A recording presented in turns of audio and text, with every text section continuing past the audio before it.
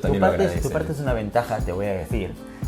Voy a romper una lanza hacia aquellos que les cuesta hacer esto, porque tú partes de una ventaja. Que tú ya se ve que eres un tío relacional, que te gusta hablar con la gente. ¿Crees? ¡Hombre!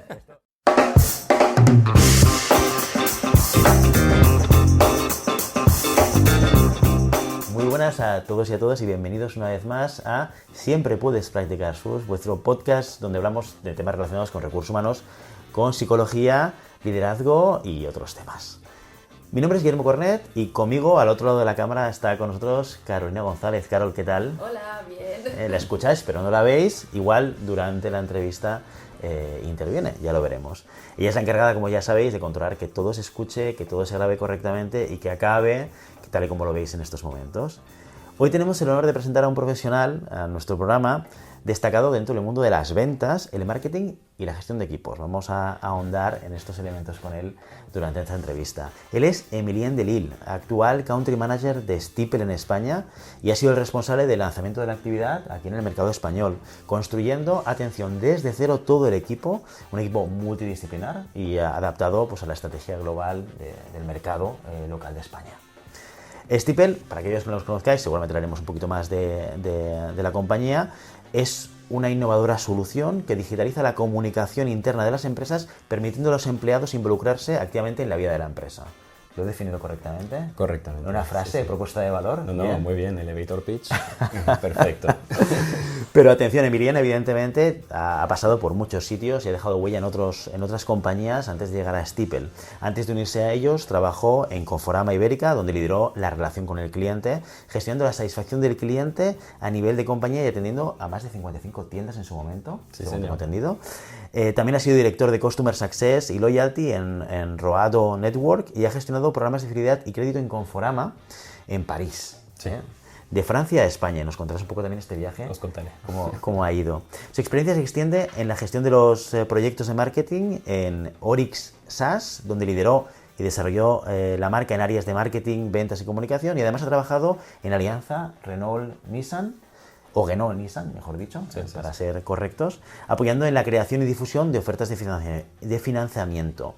Emilien es un profesional con una amplia gama de habilidades, ya veis que ha pasado por diferentes funciones y en el proyecto actual muy vinculado al tema que nos toca hoy, que es la gestión de personas y los recursos humanos, también ha estado involucrado y está involucrado en estos momentos, y fidelizando clientes, liderando equipos. Su trayectoria seguramente es un testimonio de compromiso, de retos, de dificultades, ¿no? y de momentos de éxito que seguramente vamos a compartir hoy. Emilien, bienvenido a nuestro programa hoy. Muchas gracias por invitarme. ¿Acertado el resumen? Acertadísimo. Difícil, porque has pasado por muchos sitios. No, y también he hecho muchas cosas diferentes, entonces yo creo que le has dado coherencia, está muy bien. Perfecto. Seguramente de lo que no hemos hablado en el resumen, que esto es muy habitual, he hecho un resumen muy profesional de Emilien, pero nos gustaría conocer un poquito más la otra parte de Emilien. ¿Cómo definirías cómo es Emilien? Soy una persona, me gusta pensar que soy una persona sencilla, muy ambiciosa en lo que viene a ser el trabajo, la vida, siempre querer más, pero soy una persona sencilla que le gustan los placeres, digamos, de la vida cotidiana. Soy padre, soy esposo y lo que más disfruto es ir al tobogán con mis hijas, básicamente. Muy bien, hay que disfrutar de las pequeñas cosas. Total. Y ya sabes, ¿de qué año eres tú, Emilien? Esta pregunta no se hace ahora, pero ¿de qué año eres? Del 93. Del 93. Había una serie que no sé si la conoces, yo soy del 80 y creo que era una serie de los 70, o sea que era como más antigua, que se llamaba Los problemas crecen. ¿Te suena esta serie norteamericana? No me suena. Se trataba de una familia que iba teniendo hijos, los problemas crecen, los hijos se van creciendo. O sea que ya sabes que esto va increciendo, ¿eh? Es lo que dicen y me da mucho miedo. Bueno, fue una parte del viaje también. Sí. Emilien, tú has pasado por muchas partes. Seguramente si vamos a tu trayectoria profesional, ventas, marketing, seguramente es como tus principales orígenes. Explícanos un poco cómo empieza tu trayectoria profesional. ¿Desde qué punto partes? Digamos que en el inicio, ¿no? Cuando uno estudia y tiene que escoger una vía, veo que tengo que escoger un camino y escojo el de marketing y ventas porque es el que siempre me ha llamado la atención, ¿no? La relación con las personas, tener que lidiar con situaciones muy diferentes todos los días. Es a lo que relacionaba, digamos, el mundo de las ventas.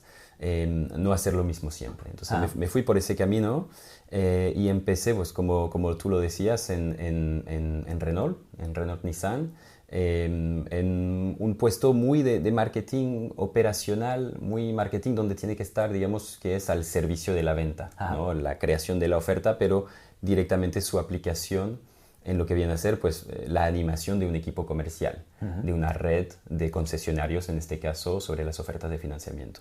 Y así empieza mi carrera, digamos, con un pie en marketing, creación de la oferta, gestión del mix, etcétera, y animación de las fuerzas comerciales. Entonces, desde ese momento tuve un doble perfil, muy ventas y muy marketing. ¿Okay? Y después, a lo largo del tiempo, pues la vida pasa, las experiencias, las oportunidades. Mencionaste algunas, pues pequeñas empresas donde gestioné el desarrollo comercial, incluso el sourcing de algunos proveedores, tener que pensar en la red de distribución física, online, tocando tiendas web y al mismo tiempo pues yendo puerta por puerta a buscar tiendas que nos querían distribuir. Y después aterricé en Conforama, Francia, donde tuve la suerte de confiar con antiguos managers que confiaron en mí. Eso es algo recurrente que va a ir pasando en mi carrera. O sea, en tu carrera profesional, de alguna manera, antiguos managers que te han conocido te vuelven a llamar, ¿no? Exactamente. Eso suele ser una buena Suele señal. ser una buena señal, pero sabes, tú tienes siempre como un síndrome del impostor que no te lo crees. ¿Será que me llama? Porque no. Y en Conforama Francia llego porque mi antiguo manager de Renault está montando una actividad más amplia acerca del programa de fidelidad y necesita a alguien para coger una parte del negocio, digamos.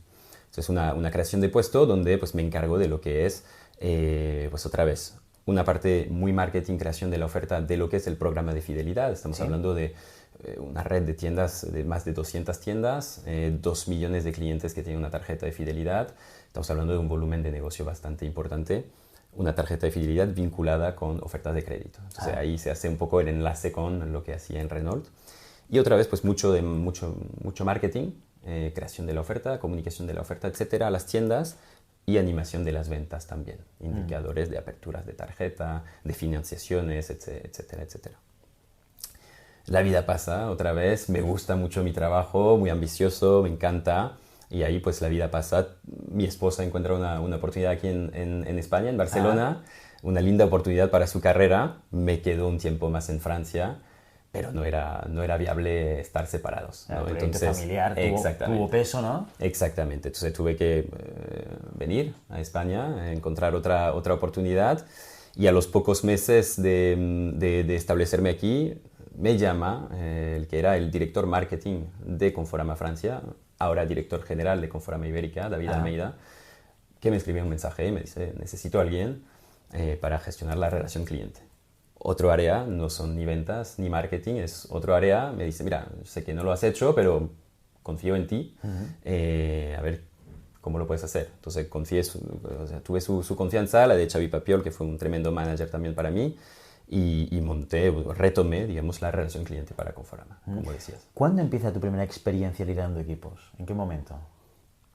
Al principio son incursiones, digamos, más en lo que viene a ser management transversal, desde el principio. O sea, mi primer rol como digamos, jefe de producto en Renault, no tengo management directo. Es decir, no hago un one-to-one cada semana con personas, sino con mi manager, ¿no? Pero humildemente, muy rápido, con una edad bastante temprana, siendo bastante joven, tengo que manejar personas en lo que va a ser fijarles objetivos, KPIs, leer estos objetivos, hacer un poco de lectura de estos y incentivar a la venta, a más venta.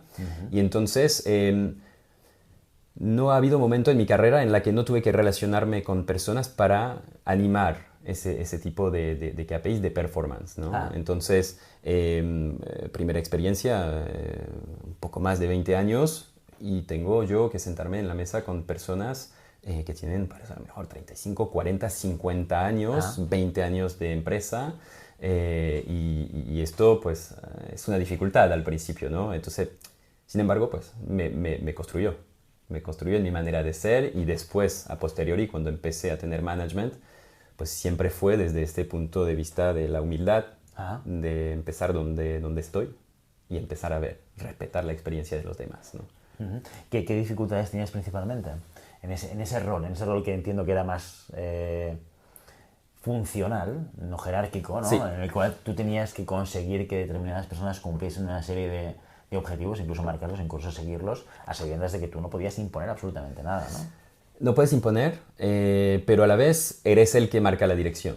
Entonces es un rol un poco ambiguo porque tienes frente a ti personas que obviamente pues tú no eres su superior jerárquico, como tú dices, y no puedes imponer nada, pero eres el que marca la dirección y las personas se guían en su día a día por lo que tú vas marcando. Entonces la dificultad, creo, es tomar conciencia de que estas personas llevan aquí mucho tiempo y ser humilde. Por eso me viene espontáneamente esa palabra, ¿no? Ser humilde en el sentido de que no puedes venir y desde tu juventud, entre comillas, revolucionar el día a día de estas personas. Tienes que aprender a enmarcarte en lo que viene a ser la empresa desde hace mucho tiempo.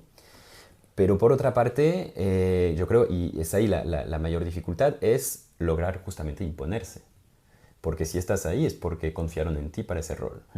Y entonces hay que lograr encontrar el buen balance entre que te respeto, vienes bueno, con mucha trayectoria y sabes lo que estás haciendo, pero a la vez confían en mí para fijarte esos objetivos. Y yo creo que es encontrar el buen balance de, sí, me tienes que escuchar, desde un punto de vista muy humilde y sin querer romper, digamos, esa dinámica de buena onda que puede haber con las personas. Es encontrar un equilibrio. ¿Encontraste alguna persona difícil? Porque como concepto básico es una muy buena recomendación para alguien que, por ejemplo, empieza a trabajar con esta necesidad de hacer seguimiento a gente que no tiene jerarquía. Yo creo que habitualmente, seguro que estamos contando esto y hay muchísima gente que dice, es lo que me pasa a mí, soy project leader y tengo que gestionar a X y a Z que dependen de otro y me cuesta horrores, esto sí que es un retazo impresionante. Luego hablaremos de otro tipo de retazos que a veces la gente que está en esas posiciones no tiene visibilidad, ¿no? Pero como punto de partida yo creo que la humildad está muy bien porque a veces pecamos de no tenerla. Probablemente uno de los grandes riesgos que tiene el dar responsabilidad a la gente es que de repente pierden un poco el oremus, es decir, me han dado responsabilidad, soy más importante, por lo tanto, ya que soy tan importante, esto es casi una conexión de lógica que hace nuestro cerebro, ¿no?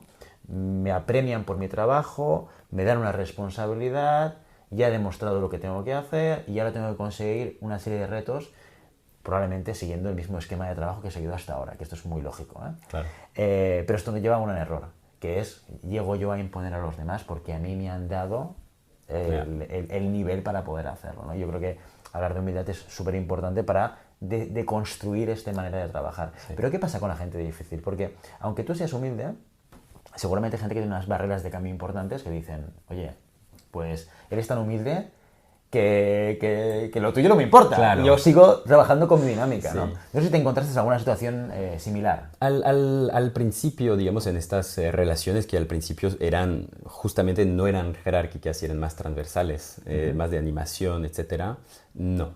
Tuve la suerte de siempre trabajar codo a codo con personas muy, bueno, muy profesionales, se podría decir, o al menos que tenían el tacto de no hacerme notar a mí. Ajá. Puede ser.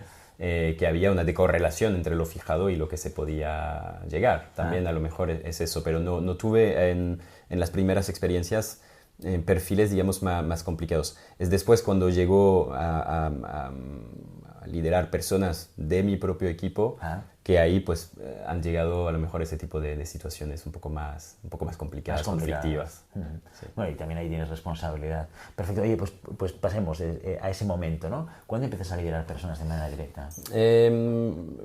Justo antes de llegar, digamos, a España, a Conforama España, yo ya tenía management, pero management muy sencillo, un equipo, digamos, de personas temporales o de practicantes, ese tipo de cosas. Es cuando llego a Conforama Ibérica, que ahí pues manejo directamente un equipo de 7 personas, repartido entre España y Portugal, y indirectamente también pues unas 40 personas que estaban en los call centers que teníamos en la empresa. Entonces, es ahí, a partir de ese momento, que, bueno, que casi pasar de 0 a 100 en términos de management. Además, en otro país, otra cultura, otra relación al jefe, quieras o no. Fue a partir de ahí. O sea, te lo pusieron fácil, ¿eh? Por lo que veo. Primera pregunta. ¿Alguien te formó? ¿Te explicó las dificultades? ¿Te dio metodología? ¿O fue un poco así, en plan, bueno, Emilien ya tiene experiencia, además conoce la compañía, conoce el sector, ¿no? Quizás la función no, pero bueno, tiene muchos checks dentro de la lista de cosas. Habían unos checks operacionales, digamos.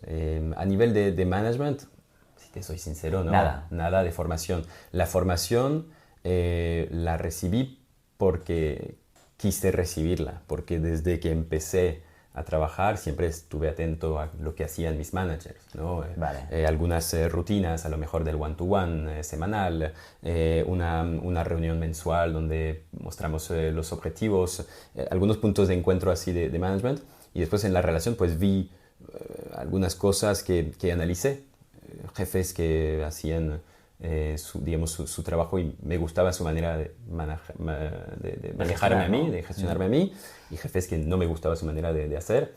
He ido construyendo un poco mi manera de hacer, pero formación como tal. O sea, aprendizaje por imitación. Sí. Esto es lo que en psicología le llamamos aprendizaje por imitación. Tal cual. O sea, en función de lo que veías, lo que te gustaba lo asumías, ¿no? Exactamente. Y lo que no te gustaba decías, voy a intentar evitar este tipo de conductas. Exactamente. ¿No? Eso. Y después te voy a decir algo. Aprendí mucho cuando fui papá. Porque me puse muchas lecturas de psicología infantil, de cómo gestionar las emociones, las conversaciones, dejar tiempo, pasar, analizar, etc. Y es gracioso, porque cuando me metí más pues, en ese proyecto personal, ¿no? De ser padre y de leer, de informarme para gestionar bien mis niños, aprendí mucho también de relaciones interpersonales. Y eso me ayudó mucho a nivel de management. Es que parece que no, pero sí que hay aprendizajes que podemos sacar de la psicología evolutiva, que esa psicología está centrada en entender, ¿no? Cómo evoluciona el ser humano desde los primeros años de edad hasta pues, la adolescencia probablemente, y cómo gestionamos a las personas, porque hay determinadas dinámicas, que no todas y que no es transferible al 100% y sería probablemente un error transferirlo al 100%, ¿no? Pero hay algunas dinámicas que se generan padre, madre, hijo, hija, que también se pueden llegar a generar jefe con miembro de tu equipo. Sí, y yo creo que más fundamental es también, a mí lo que me sirvió mucho es entender que cada persona es diferente. Y sobre todo que cada persona transmite la información de una cierta manera y es otro mundo totalmente el cómo el otro la recibe. O sea, yo te puedo estar diciendo algo a ti con todas las formas del mundo, que a mí me parece muy cordial el cómo te lo digo y que tú digas que mal educado este chico. Exacto. Y ahí es pues entender que no estamos todos en el mismo nivel, a nivel relacional, a nivel de transmisión de información y ser muy cauteloso en cómo adaptamos nuestra manera de hablar según qué niño o según qué persona. Para mí ha sido el caso, al menos. ¿Y cuáles son los principales retos que te has encontrado, que te encontraste con este equipo de 7 personas? El choque cultural al principio. Porque, perdona, estas personas eran Portugal y España, me has Portugal dicho, ¿no? y España. O sea, tenías portugueses y españoles. Exactamente. O sea, la complejidad cultural era Francia, España, Portugal. Exactamente. Para entender un poco. Exactamente. Vale. Y yo diría que eso me chocó un poco porque venía de una cultura en la que no diría que en Francia decimos todo lo que pensamos, pero casi. Entonces es muy normal decirle a tu jefe algo que no te cuadra o incluso expresar un punto de mejora en lo que viene a ser la relación de trabajo juntos, ¿no? Decirle una crítica de cómo él te lleva y te acompaña es bastante normal. O expresar un desacuerdo. Mira, operacionalmente a nivel de negocio yo creo que tenemos que ir por ahí. ¿Qué piensas tú? Y generar una conversación y el que está, digamos, jerárquicamente por debajo lo expresa con toda la confianza, en la mayoría de casos. No hay que hacer generalidades. Cuando llego a España me encuentro, a lo mejor es una cuestión de empresa, a lo mejor es una cuestión de cultura de empresa también, ¿no? Pero me encuentro en una situación en la que siento que el equipo no me quiere decir que no. Es decir, que todo lo que digo va a misa. Cuando yo realmente estoy en una posición en la que digo, no, pero díganme, o sea, yo no tengo toda la verdad. Díganme lo que opinan, ustedes llevan más tiempo haciendo este trabajo, conociendo este negocio, es vuestro rol como equipo nutrirme a mí y yo en función de la información arbitro y tomo unas decisiones, ¿no? Esa relación, digamos, es más difícil de construir aquí, ha sido más difícil y siento que tuve que hacer bastante pedagogía en explicar que yo quería eso. Veía como mucho respeto a la relación jerárquica. Entonces eso fue, digamos, para mí el mayor reto es imponer a lo mejor otra pata, imponer una conversación de igual a igual. Puedo ser el manager y al final a lo mejor voy a tomar la decisión porque voy a reportar a la dirección general de esta decisión y de sus impactos. Pero nútreme, expresa lo que piensas, porque en base a eso y todos los inputs que tú me vas a dar, pues me voy a tomar esa decisión. Entonces, ¿ese gap que encontraste en España, similar en Portugal, diferente? En Portugal lo noté también. Trabajé menos, es verdad que tenía solamente 2 personas de mi equipo, tenía 5 en España, entonces a lo mejor tenía más inputs en España, pero lo sentí también. Sí que sentí que, bueno, culturalmente a lo mejor el portugués se atreve un poco más a decir la verdad, es un poco más franco, pero sí he sentido también ese respeto a la jerarquía. ¿Cuánto tiempo tardaste más o menos desde que empezaste a liderar el equipo hasta que encontraste esa sintonía, ese grado de comunión con el equipo en el cual te sentías cómodo con las comunicaciones y veías que ellos te podían nutrir de la información que tú necesitabas? Bastante rápido, o sea, te diría que a lo mejor al cabo de... Esto de que no me decían con toda transparencia lo que opinaban, a lo mejor ha durado en el tiempo, pero eso de establecer una relación de confianza que ya sabían cómo funcionaba yo, de que se atrevían, otra cosa, pero de que sabían lo que esperaba y que podíamos hablar con confianza, te diría que unos 6, 9 meses a lo mejor para instaurar esa confianza. También que el equipo vea que has venido para quedarte, que cuando hay inestabilidad, cuando llegas a un equipo que ha perdido su manager, a lo mejor ha estado un tiempo sin manager, llegas, pues lo que quieren ver primero es si vas a quedarte, ¿no? Entonces, pues mostrar que vienes a quedarte, mostrar también los primeros resultados. En los primeros meses habíamos mejorado bastante algunos indicadores de atención al cliente en los call centers, de satisfacción después en tiendas. Bueno, cuando ven que muestras una dirección que a lo mejor al principio cuestionan, pero al cabo de unos meses, está siendo fructífero, pues ya confían más en ti. Yo creo que hay bastante de eso y por eso siempre lo vinculo con la humildad, porque desde un punto de vista humilde llegas, aprendes, miras, haces cosas, pero nutriéndote del equipo hasta que dé un resultado. Y ya después no se trata de humildad, se trata ya de legitimidad y eres totalmente legítimo porque lo has mostrado al equipo. Entonces ya diría que unos 6 meses, 9 meses, el tiempo de generar un poco de frutos de trabajo. De lo que tú aprendiste de otros managers, porque has comentado y has nombrado específicamente a 2 de ellos, ¿no? Al principio, ¿qué cosas implementaste en la gestión de tu equipo? Nombré a 2, pero realmente las prácticas que sigo manteniendo, diría que las tengo de 2 otros managers franceses que tuve en Francia, son Melody y Bruno, que son... digamos, pues sobre todo una buena comunicación. Sobre todo para mí es una buena comunicación. Eso es gracioso porque hoy en día lo que hago pues tiene que ver con eso, ¿no? La actividad la presentaste, la empresa, pero la buena comunicación entre digamos, el que muestra la dirección y el que tiene que trabajar con sentido, porque de eso se trata. Cuando eres manager, de repente tienes una información privilegiada, te enteras de un poco más de cosas. Y según qué persona, pues a lo mejor no necesitan saberlo todo y prefieren no saberlo todo para trabajar y hacer lo que tú quieras, ¿no? Pero hay muchas personas que son como uno y necesitan entender la visión global de la empresa, pero el por qué vamos a hacer eso, pero sí hacer. Y entonces comunicar bien según qué personas, para ayudar o justamente no poner en dificultad la información que uno tiene. Entonces, puntos de encuentro donde damos visión de la empresa. Esto operativamente. Por aterrizarlo un poco, ¿eso qué quiere decir? Una vez al mes nos juntamos todos. Una vez al mes. ¿Explicamos cómo va la compañía Sí. o un poco cuál es la operativa de esos encuentros? Una vez al mes yo me junto siempre con mi equipo. Eso siempre ha sido una costumbre y aunque en muchos casos estamos en un open space y nos enteramos de algunas cosas porque el compañero habla, porque se recibe una llamada, porque nos enteramos de que Emiliano iba a grabar un podcast con vosotros, pues a lo mejor no sabemos la temática del podcast, cuál es la estrategia que rodea eso, por qué hacemos esto. Y entonces pues viene bien sentarnos todos en la misma mesa y en un pie de igualdad, digamos, pues venir con las preguntas y las respuestas. Esto a mí me parece fundamental porque es un momento en el mes en el que paramos, dejamos de trabajar y realmente nos informamos. Y si hay dudas, pues que cada uno pueda levantar la mano y hacer la pregunta de lo que no ha sentido, de lo que no ha entendido o el sentido que no tiene en lo que está haciendo a diario. Eso es una cosa más de equipo.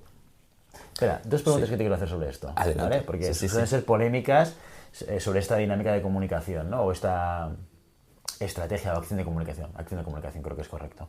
La primera es, ¿hasta qué nivel de detalle comunicas? Desde tu opinión, ¿cuál crees que es el mejor nivel de detalle? Porque hay mucho debate en, oye, hay que comunicar, pero hay que comunicar hasta cierto punto y hay otras cosas que no hay que comunicar, ¿vale? Y la segunda pregunta es, ¿qué haces cuando se te plantea una pregunta que no puedes responder, no porque no la conozcas la respuesta, sino porque por circunstancias no es el momento de comunicarlo? Empiezo por la segunda pregunta. Cuando se hace, por ejemplo, pues en un foro, estamos todos y se pregunta algo, yo no tengo ningún problema en decir, mira, si te parece, eso lo vemos después. No vamos a abrir el debate ahora, sería una cuestión un poco... Vamos a tardar bastante y nos vamos a alejar del tema. Si te parece, después de la reunión nos quedamos y lo hablamos tú y yo. Eso, aislar, digamos, ciertas situaciones, identificarlas y aislarlas, porque puede ser que a los demás les genere un problema, un lío que no tenían. Entonces, mejor en este caso, yo creo, aislar y tratarlo persona por persona, si es el caso que tú mencionas. Y hasta qué punto compartir información. Yo creo que bueno, tiene que haber una estrategia de comunicación interna en la empresa. O sea, es nuestro caso ahora en Stipel. Tenemos, bueno, con el CEO, con todo el equipo directivo, tenemos unas pautas. Hay alguna información que es privilegiada, otra no. Pero yo me atrevo a decir que hay que compartir bastante información. ¿Por qué? Porque no hay que olvidar que las personas que estamos liderando pues, son las que son en su rol determinado en la empresa. Entonces, Ramón, responsable de marketing de Stipel Ibérica, es Ramón, responsable de marketing de Stipel Ibérica. Pero al lado del trabajo, fuera del trabajo, pues a lo mejor a Ramón le encanta, tiene muchas pasiones, a lo mejor se interesa por economía, a lo mejor se interesa por diferentes temas, que hacen que cuando la empresa se encuentra en una situación particular, él tiene otros inputs que a lo mejor en su trabajo no le prestas, ¿no? Pero le permite entender un poco del contexto de la empresa y lo que está pasando. Entonces, si tú no cuentas situaciones porque supones que en el rol que tienen definido en la empresa no es información que necesitan, yo creo que te equivocas, porque los trabajadores son personas antes que todo. Y la información no dejan de pensarla fuera del trabajo y la interpretan y eso les puede comer la cabeza. Y yo creo que está bien decir las cosas, no desde un punto de vista cuál es el rol de cada uno, sino que cada uno es una persona y entiende muy bien lo que está pasando. Tratar de esconder cosas, tratar de callar información, en muchos casos va a generar más problemáticas, más miedos, más incertidumbres y por ende a lo mejor más inestabilidad en los equipos, más conflictos, que si realmente dices lo que pasa y lo que ocurre en la empresa. Otras acciones que fueses implementando con el equipo.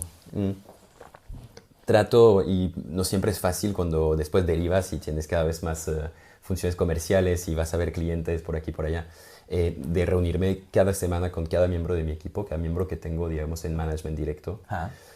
Pero por otros medios, por experiencia, por hablar con muchos compañeros que hacen lo mismo en otras empresas, sé que no todo el mundo lo hace. Sé que en muchas empresas pues, puedes pasar 3 meses sin sentarte con tu manager Y eso me parece problemático en la medida de que, bueno, como decía, cada uno tiene en su escala pues, sus problemas, su plan de carrera, sus aspiraciones, sus ganas de crecer.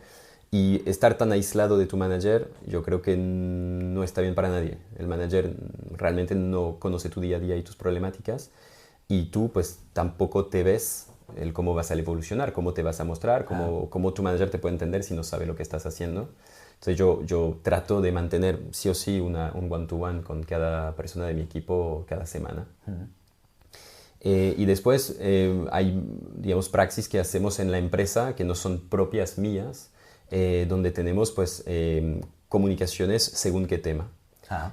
Y ahí tratamos de ser muy eficientes en la transmisión de información. Por ejemplo, una persona que deja la empresa cuando lleva 2, 3, 4 años y es una persona que bueno, tiene un rol bien definido, todo el mundo lo conoce, ha dejado una huella, etcétera, pues tratamos de ser muy eficientes en la transmisión de información, bastante rápido, con lo que ha pasado, por qué se va, cuál fue la situación y explicarlo a los equipos. Evitar que una persona de mi equipo se entere por otra persona de mi equipo que se ha enterado por una persona de las oficinas centrales porque le han comentado que. No, evitar ese, digamos, en Francia llamamos eso ruido de pasillo, o sea, son esas conversaciones que se generan en los pasillos. Evitar eso, evitar esa transmisión de información no controlada. Entonces, eso, pero es más de empresa. Y yo creo que es una buena práctica porque en otras empresas he visto que eso puede generar bastante daño cuando los empleados empiezan a hablar y empiezan a suponer cosas que realmente no son. Y yo incertidumbre, ¿no? Hubiese sido más fácil decir la verdad de manera controlada que esperar a que se genere una serie de suposiciones en la empresa. Y ahora me olvido de la pregunta. Acciones y metodologías. Yo creo que tú que ahora estás mucho en el área de comunicación y de la cual seguramente ahora en breve hablaremos, seguramente uno de los elementos que más se demandan de desarrollo en muchas organizaciones es el tema de la comunicación, ¿no? Porque a veces se comunica de más, se comunica de menos, y creo que hay mucha gente que no está cómoda con la necesidad de comunicar, ¿no? Yo creo que hay una herramienta que es muy simple y muy sencilla para managers, que pueden ser los one-to-ones mensuales para hablar de desarrollo o los weekly semanales para hablar de operativa, claro, y demás, que para mí, yo como tú, yo creo que son fundamentales porque si no pierdes un poco depende de tu posición, ¿eh? O sea, una cosa que seas director general de la Coca-Cola, que evidentemente no vas a hacer un weekly operativo con el director de marketing porque no tiene ningún tipo de sentido por la seniority, pero que sí que son herramientas que tenemos que saber ubicarlas, dónde ponerlas y no tenerles miedo. Yo creo que hay muchos managers que es como le tienen mucho respeto de esto es una pérdida de tiempo. Sí. Me estoy sentando a hacer los one-to-one mensuales y pierdo el tiempo. Hace poco, de hecho, le preguntaba a mi equipo, porque nosotros tenemos los weeklies y los one-to-ones, y les decía, oye, ¿qué os parecen los one-to-ones mensuales? Y ellos me decían, no, Carol, oye, nos encantan. Y fue una respuesta que me sorprendió. Yo tengo un equipo muy pequeño y tengo una relación muy directa y hablamos mucho, ¿vale? Y en mi cabeza llegó un momento que llevamos haciendo one-to-ones, no sé, hace año y medio, 2 años, no sé, mucho tiempo.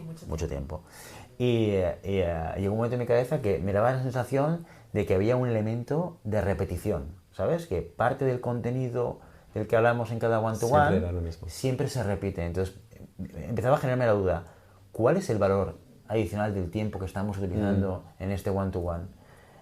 Y yo no sabía ver hasta que ellos me lo dijeron, bueno, ellas, porque de hecho es un equipo de mujeres, me dijeron, no, si es que nos encanta este momento, claro, esa hora que dedicamos a hablar del mes y a hablar de cómo estamos y no sé qué, pues... Prioridades, objetivos, aspiraciones...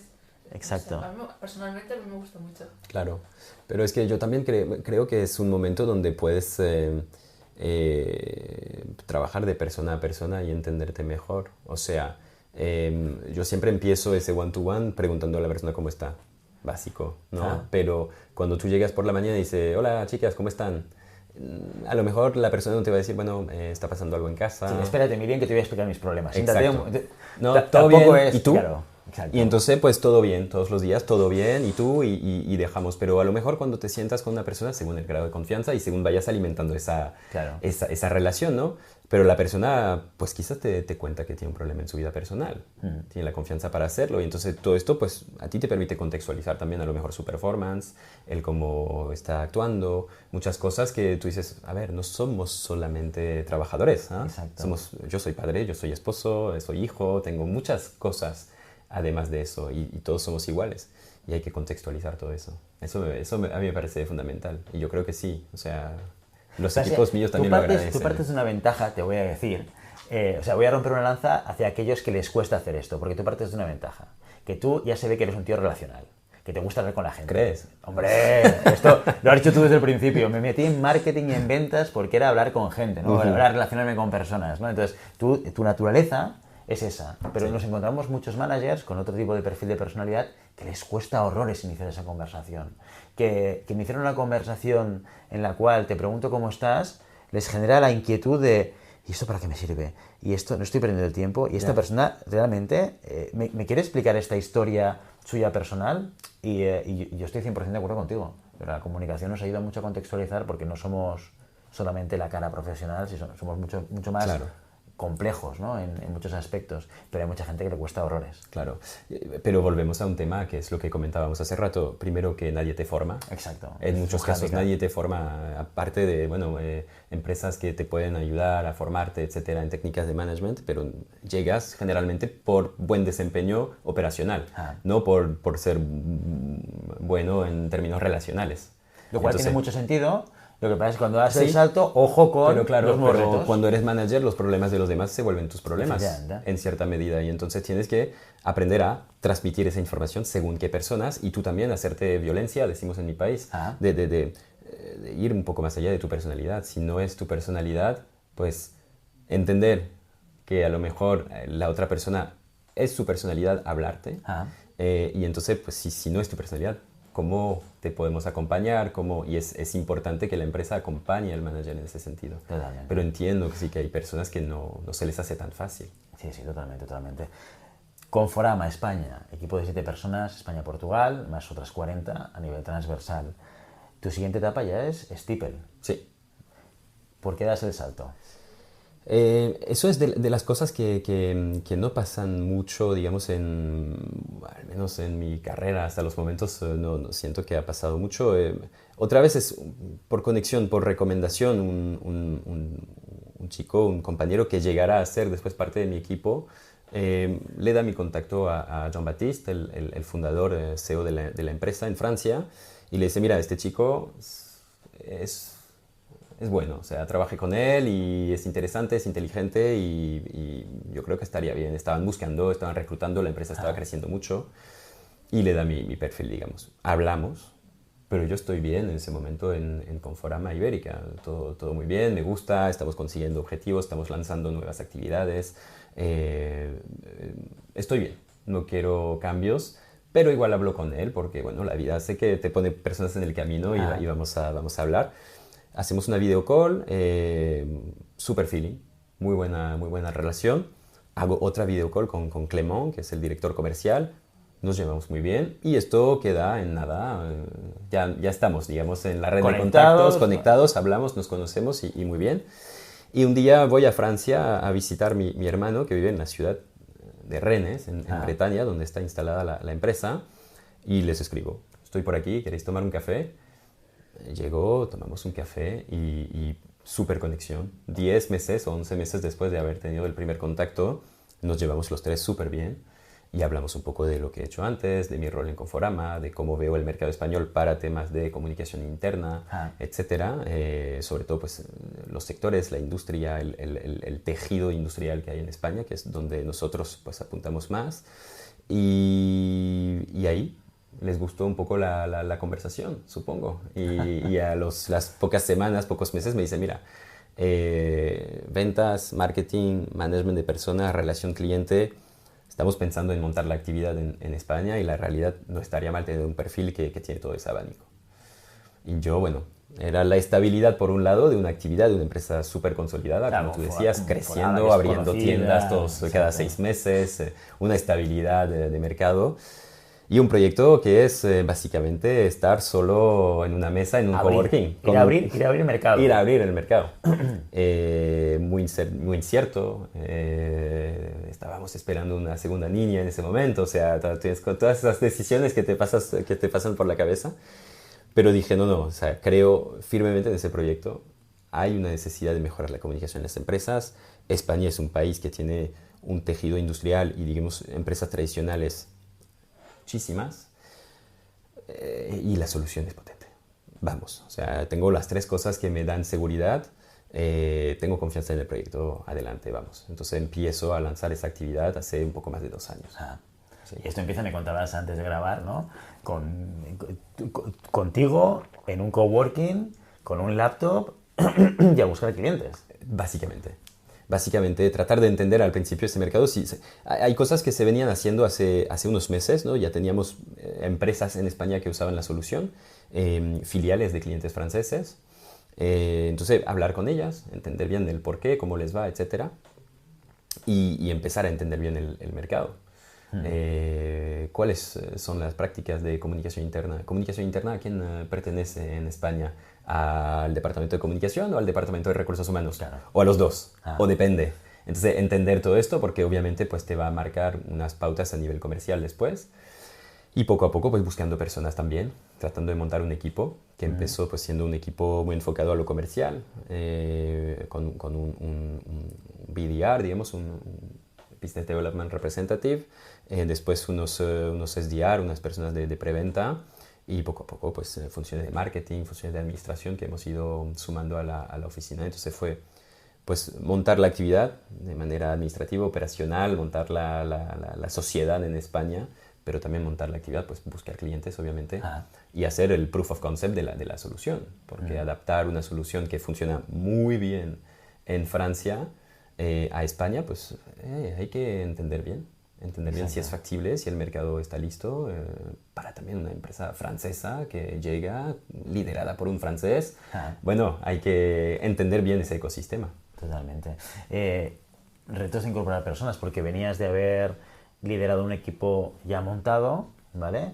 Pero seguramente empezar de cero y buscar a gente buena, a gente nueva, tiene sus pros y sus contras. Buena también, ¿no? Pero que debe tener sus pros y sus contras, ¿no? Tiene sus contras. Para mí la mayor contra es encontrar las personas. Vas a poner una oferta de marketing o de ventas y vas a tener muchos candidatos. Talento hay, pero es encontrar las personas que van a hacer un clic con el equipo, un clic con la filosofía de la empresa. Ese tipo de cosas, yo creo que ya montar un equipo que va a respetar cierta alquimia de equipo es difícil. Es esa parte que a mí me pareció más compleja, digamos, porque buscas una primera persona o tú eres de una cierta manera, una segunda persona se suma y ya esa alquimia es algo, y una tercera y hay relaciones interpersonales y hay que entender bien, digamos, la coherencia del equipo.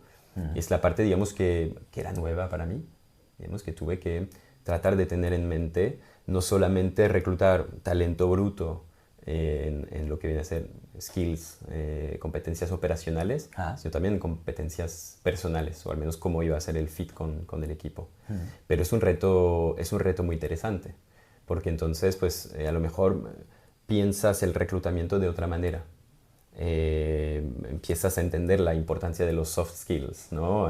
De cómo la persona se relaciona, qué es lo que le gusta además del trabajo, cosas que te va a demostrar, además de lo operacional, porque digo, talento hay mucho y realmente aquí en Barcelona, donde estamos, hay un pool de talento increíble en muchas profesiones. Entonces, pues diría la competencia está siendo incluso un poco más difícil, porque entonces empezamos a mirar otras cosas de repente. ¿Y qué es lo que valorabas o cómo valorabas tú estos ítems que para ti eran tan relevantes? La parte, digamos, de soft skills y de... Exacto.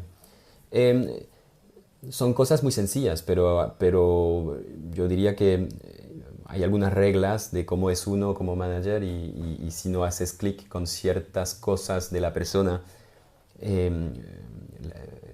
ser amable, cortés, llegar a la hora a una entrevista, porque te sorprendes, pero Pasa mucho que tienes una entrevista marcada a las 11 y la persona llega a las 11:30. O no llega, ¿eh? O no llega. Nosotros, y no avisa. el ghosting de candidatos, como nunca habíamos visto en nuestra vida, ¿eh? No. Es impresionante. Antes no desaparecían los candidatos, Sí. desaparecían los reclutadores, que esto ha sido una queja muy recurrente por parte de los candidatos. Pues ahora tenemos candidatos que desaparecen. Sí, Es sí. impresionante. La posición de fuerza, la relación de fuerza está completamente invertida. Total. En comparación con hace algunos años. Y bueno, es algo que también contamos en nuestro negocio porque viene a ser importante el cómo retienes y fidelizas el talento.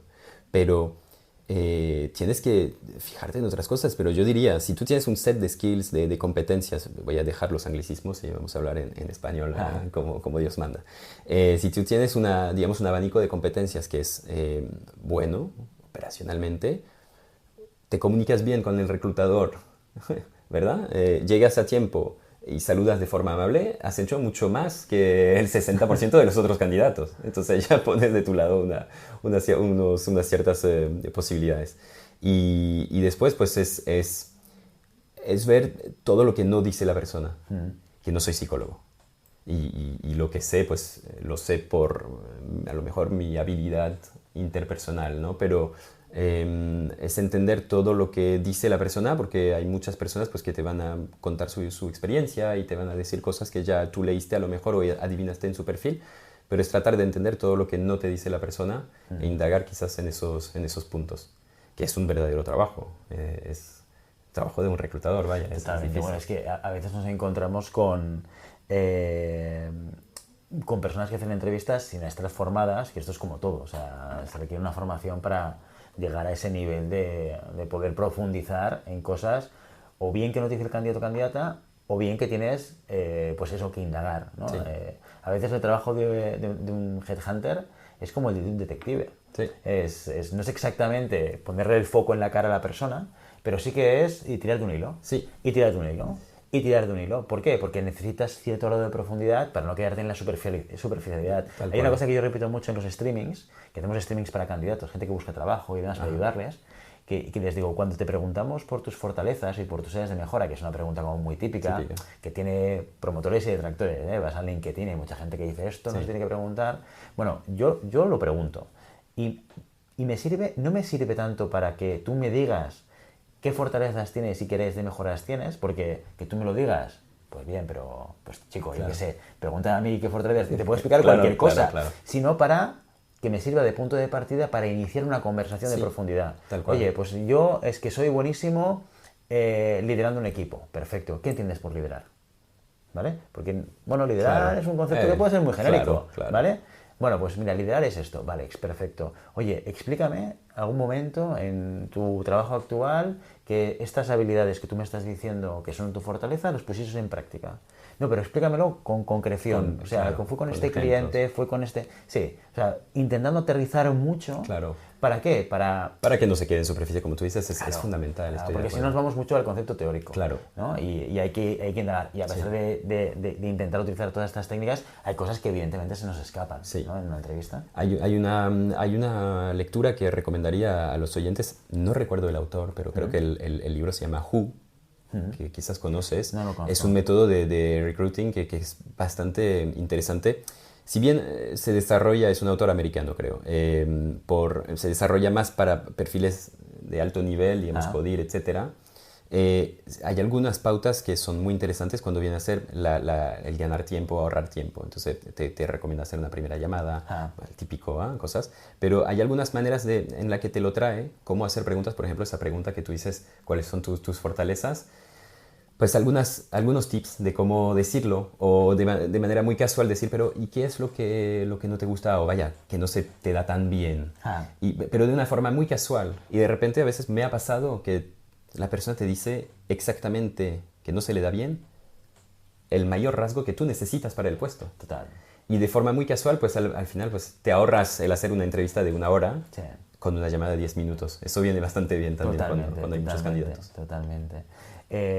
Uno de los retos seguramente en esta etapa de implementación ha sido la atracción, también la fidelización y todo el movimiento. ¿Y cómo balanceas lo que sería exigencia y rendimiento en una compañía que entra en un nuevo sector? O sea, yo ya entiendo que De alguna manera, oye, los indicadores de negocio clave, esto tiene que funcionar, hacemos una inversión, ponemos un country manager. Ahora, me lo invento, pero me imagino en la piel del fundador que dice, pues he puesto una persona para que esto tire, ¿cuánto tiempo? ¿No? ¿En cuánto tiempo y cuánto quiero que tire? ¿No? Por tanto, la presión del resultadista es elevada, ¿no? Sí. ¿Cómo llevas manejar esa necesidad de conseguir objetivos con la otra parte que es, tengo un mercado de talento que es complicado, me cuesta encontrar a gente, me cuesta mantenerla? Claro. ¿Cómo van a hacer estas dos cosas? Es una muy buena pregunta y difícil, porque realmente el tema es complicado. Creo que eso es verdad. O sea, hay un CEO, Jean-Baptiste, que es un chico muy talentoso, ha montado su empresa, ha tenido muchísimo éxito y llega y dice, mira, vamos a invertir dinero en abrir oficina en España, ahora en Alemania, ahora en Italia, y es una empresa autofinanciada. O sea, no es una empresa que ha hecho rondas de inversión y tenemos ahí millones y millones. Entonces, obviamente, el ROI tiene que ser interesante y tenemos que medir bien los pasos que damos.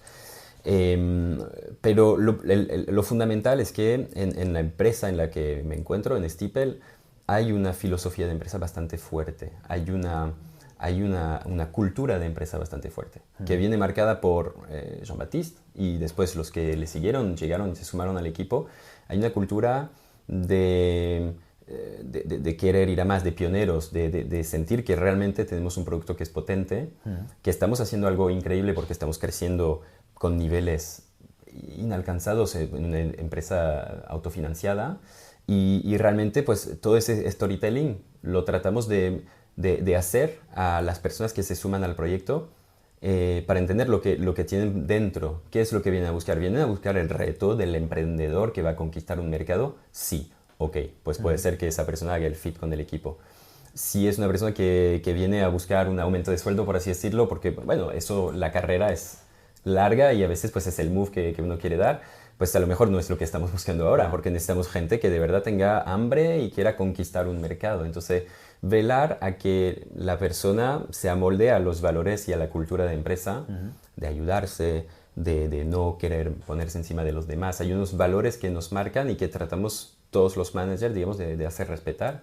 Y creo que eso es fundamental, porque a la que tienes una desviación y tienes personas que empiezan a crear una burbujita que funciona de manera diferente, pues todo el proyecto tambalea, ¿no? Entonces, velar a que se respete bien la cultura de empresa, la filosofía de la empresa, creo que es fundamental. Y después, hablabas de KPIs. Mi filosofía personal y la filosofía de la empresa también, entonces está bien porque hay un clic, es confiar. Confiar en el sentido de que tenemos que acabar, y bueno, somos treintañeros y también somos los que a lo mejor estamos impulsando este cambio hoy en día de las técnicas de management antiguas, de quédate 8 horas sentado y el que se va más tarde es el que asciende, ¿no? A técnicas de management que se rigen mucho más por el KPI. Tenemos un sistema en la empresa que es el sistema OKR, que funciona muy bien. Y a mí me parece clave a la hora de guiar al equipo. Fijamos OKRs para el trimestre. O sea, el OKR, para los que no saben, es Objectives and Key Results, objetivos y resultados claves. Entonces nos marcamos un OKR de empresa que después pasamos a OKRs de servicio. Cómo cada unidad de negocio va a servir el objetivo de empresa. Y nos fijamos un objetivo de servicio. Y para conseguirlo, unos resultados claves que nos indicarán que estamos en la buena dirección. No necesariamente tenemos que llegar al objetivo, pero al menos sabemos que estamos remando en la buena dirección. Y cada uno pues tiene sus OKR personales. Entonces, cuando tú te levantas en la mañana y está muy claro lo que tienes que hacer y que a final de trimestre tienes que llegar hasta eso, a nivel de management yo creo que te da una tranquilidad también de decir, yo no tengo que vigilar si se van a las 3 de la tarde o si entran a las 10 de la mañana o si hoy no están trabajando. Que realmente pues velar a la cultura de empresa hace que no te tengas tampoco que preocupar por eso. Las personas ya lo hacen. Pero el cambiar el management, el método de management más regido por números, por data, que realmente por otros indicadores de presencialidad, de horas dedicadas, etc. Entonces, hay un gran trabajo de management. Complicado, ¿eh? Complicado. Porque esto suena fácil, pero es sumamente complicado. Porque cuando conoces muy bien la función, medir puede resultar más o menos fácil. Pues claro. saber que viene de ventas, ¿no? Y viene de haber vendido software también, como es vuestro caso, ¿no? Y tiene un BDR, ¿no? Y tengo un CRM. Y yo sé que el PDR tiene que hacer 80 acciones diarias, ¿no? ¿Por qué? Porque es que yo ya he estado ahí con el teléfono y con el correo, y yo sé que un BDR puede hacer 80 acciones diarias. Ya. Entonces tienes una capacidad de medición. ¿Qué pasa cuando te metes en funciones que no dominas tanto? Tienes que volver a todo lo que has aprendido en tu carrera Tienes que ir y para ser atrás, humilde. ¿no? Y también, o sea, dive in, como dicen los americanos, ¿no? Tienes que ir tú y ver. Tienes que experimentarlo. O sea, yo creo que es fundamental. Me acuerdo de Conforama, Francia, pero teníamos un día trimestral, creo, en que los equipos de la sede tenían que ir a ayudar a tienda. No era obligatorio, pero era muy recomendado para saber lo que experimenta Claro. un mozo de almacén cuando tiene que sacar mercancía. ¿Cómo tú vas a cambiar el proceso si tú no has sacado mercancía nunca? ¿Sabes? Entonces, ¿cómo vas tú a dirigir un equipo de ventas si nunca has levantado el teléfono y para enfrentarte a 10 puertas seguidas? Básicamente. O a una persona que tú sabes que puedes ayudar porque tu solución realmente se amolda a su negocio y íntimamente sabes que puedes ayudar a esa empresa, pero la persona no tiene tiempo, está entrando en reuniones, tiene otras cosas que hacer y no te atiende.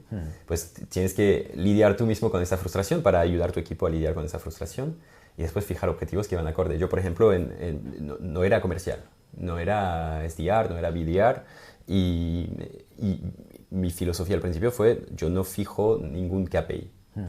Yo no te voy a decir tienes que enviar tantos mails, no te voy a decir tienes que hacer tantas llamadas ni tantas tareas. Yo te digo a dónde quiero que llegues. ¿Cuántas visitas tienes que conseguir? Exactamente. Ya está. El camino... Tienes que pero mínimo conseguir estas. X visitas mensuales.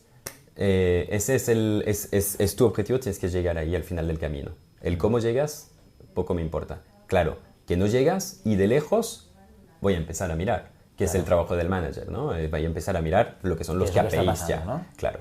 Y ahí empiezas a mirar y empiezas a tirar del hilo, como tú decías. Pero en principio, confiar en que te voy a dar la dirección, te voy a dar el camino y el objetivo y tú vas a llegar. Y yo creo que cuando empoderas también a las personas, te sorprendes. Que si tú fijas todo, pues a lo mejor tú no tienes todas las respuestas. Total. Entonces tú vas a indicar un camino y a posteriori, si es una persona que no transmite bien la información o no se le da bien, pues te dirá después de 3 meses, es que yo lo hubiese visto así. Ah, claro, pero habérmelo dicho hace 3 meses, ¿no? Entonces, para evitar todo eso, pues te doy la dirección. Si quieres más información, ya me lo dirás. Yo sé que, bueno, según qué perfil te dicen, mira, pues, ¿cómo llego? Bueno, vamos a mirarlo juntos. Te ayudo. Pero según qué perfil, pues a lo mejor solamente necesitan la dirección. Totalmente. Leer un poco eso. Hablemos de comunicación, ¿vale? Hablemos de Tú comunicación. explicabas cuando comentabas tu transición, ¿no? De Conforama a Stipel, que una de las cosas, uno de los elementos que tú hablabas con los fundadores era el estado de la comunicación en España, el tejido industrial. ¿Cuál era tu primera visión de partida sobre la situación de la comunicación en las compañías españolas? La vi muy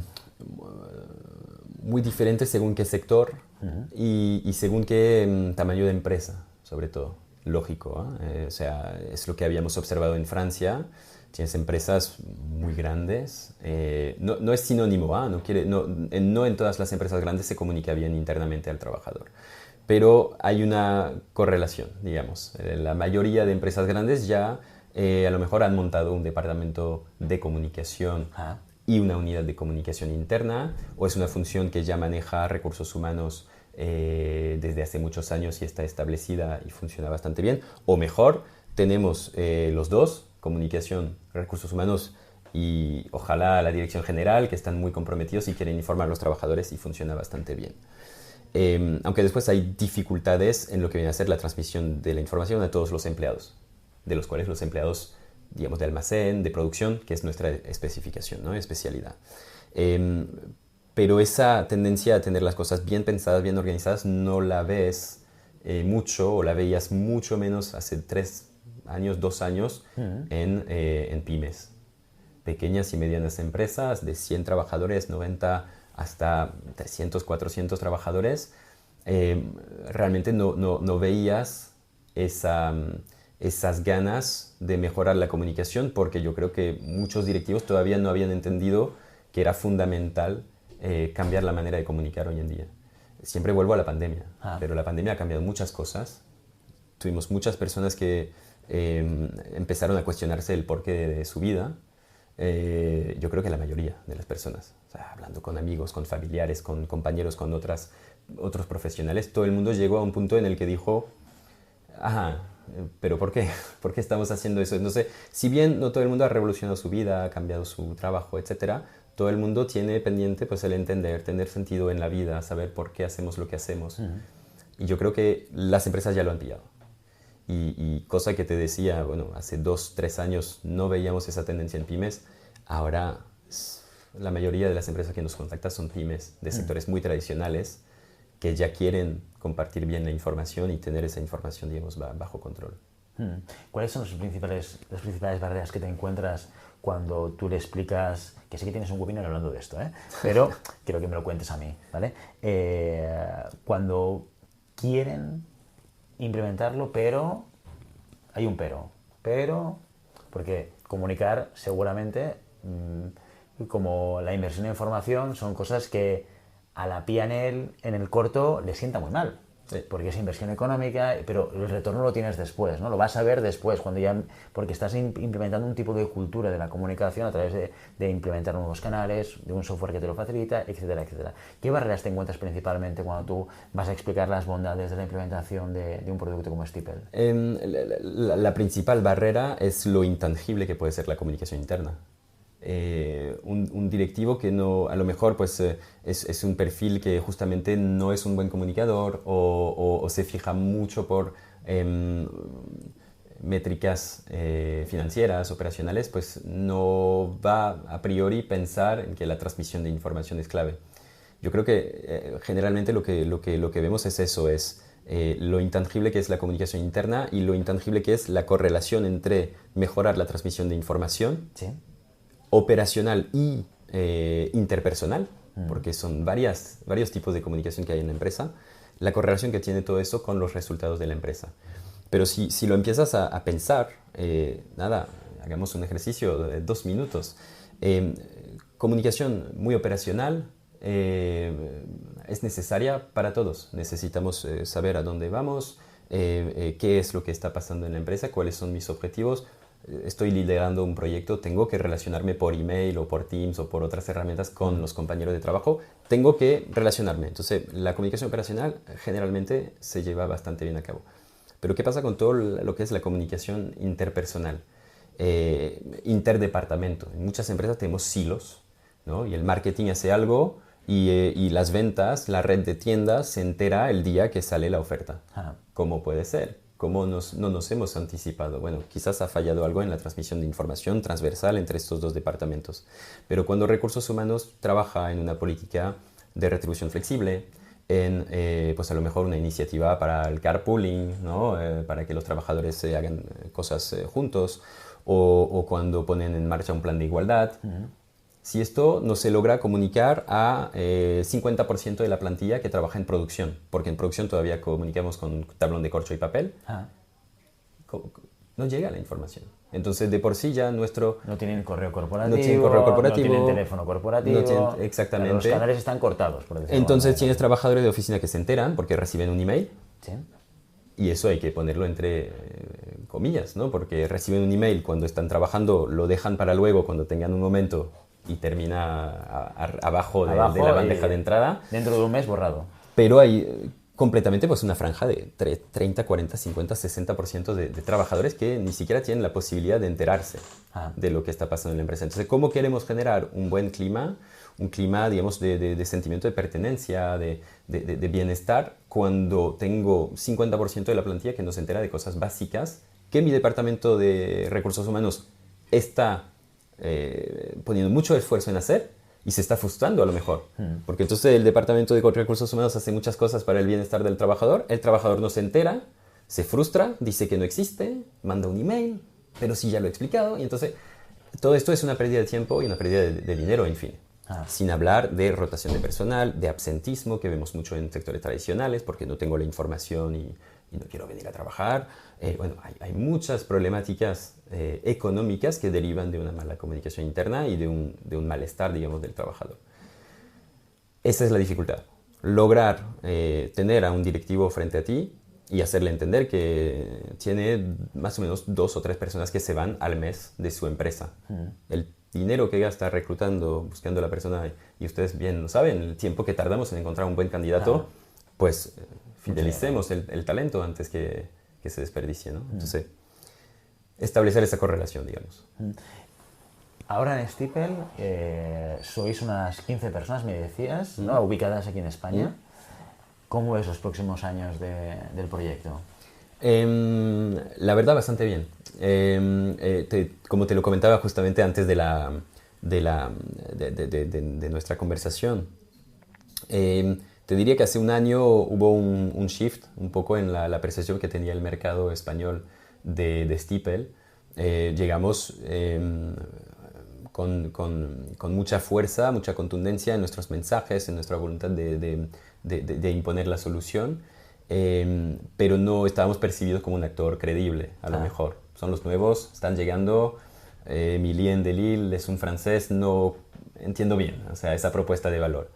Y al cabo de un tiempo, cuando realmente pues, te interesas por las problemáticas de las empresas, empiezas a establecer contactos que a lo mejor pues, dentro de 6 meses, 9 meses tiene un proyecto y te vuelven a llamar, ven que todavía estás aquí, que eres una startup. Ahora, bueno, hemos pasado esa etapa, somos más una scale-up o una pyme al final, y ven que todavía estás, que eres estable, que realmente tu propuesta de valor aporta y entiendes las problemáticas del mercado industrial o tradicional español, pues ya empiezan a confiar en ti. Entonces el paradigma cambia un poco y ya no eres un novato que se establece en el mercado español, eres realmente una persona capaz de aportar una propuesta de valor al mercado. Entonces la percepción cambió, las empresas había que tener ese tiempo de observación a lo mejor, ¿eh? y hemos tenido ese cambio de paradigma.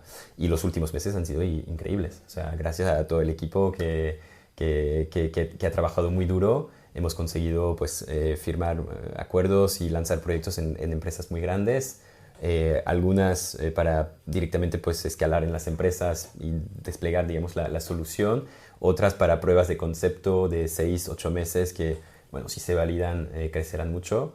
Hemos empezado a trabajar en Latinoamérica también. Tenemos mucho tráfico que viene de Latinoamérica, entonces hemos recibido cada vez más solicitación de mercados latinoamericanos. Hemos lanzado un primer proyecto hace unas semanas, entonces todas las señales apuntan a que estamos creciendo. En los últimos meses hemos batido récord mes tras mes. Entonces, realmente lo que estábamos esperando hace 2 años pues ya se está dando hace 6-7 meses y eso está muy bien. Después la estrategia pues es conquistar territorialmente, digamos, a España. Sabemos que la proximidad es algo muy importante para nuestros clientes, tanto en lo que viene a ser la venta, esa relación de confianza donde tú me cuentas los problemas que tiene tu empresa y yo estoy aquí para ti, para escucharte y a lo mejor proponerte una solución, como después en la duración. No somos un proveedor de software que desaparece y hace todo desde la distancia. Nos gusta sentarnos con nuestros clientes, nos gusta visitar el almacén, ver cómo funciona, ver los flujos de persona en la empresa y entender bien las problemáticas de la empresa. Y para eso necesitamos estar al contacto del cliente. En Francia hemos empezado en Bretaña, que para los que han ido de vacaciones por esos lados, pues está al oeste del país. Y tenemos ahora oficinas en Lille, en Lyon, en Estrasburgo, en Toulouse. Tenemos una presencia territorial bastante fuerte. Entonces, la etapa siguiente es ir a buscar nuevos territorios donde ya estamos, donde ya tenemos clientes, pero para acompañarlos mejor. Muy bien. Emilien, quien quiera saber más de Stipel, ¿dónde se puede encontrar?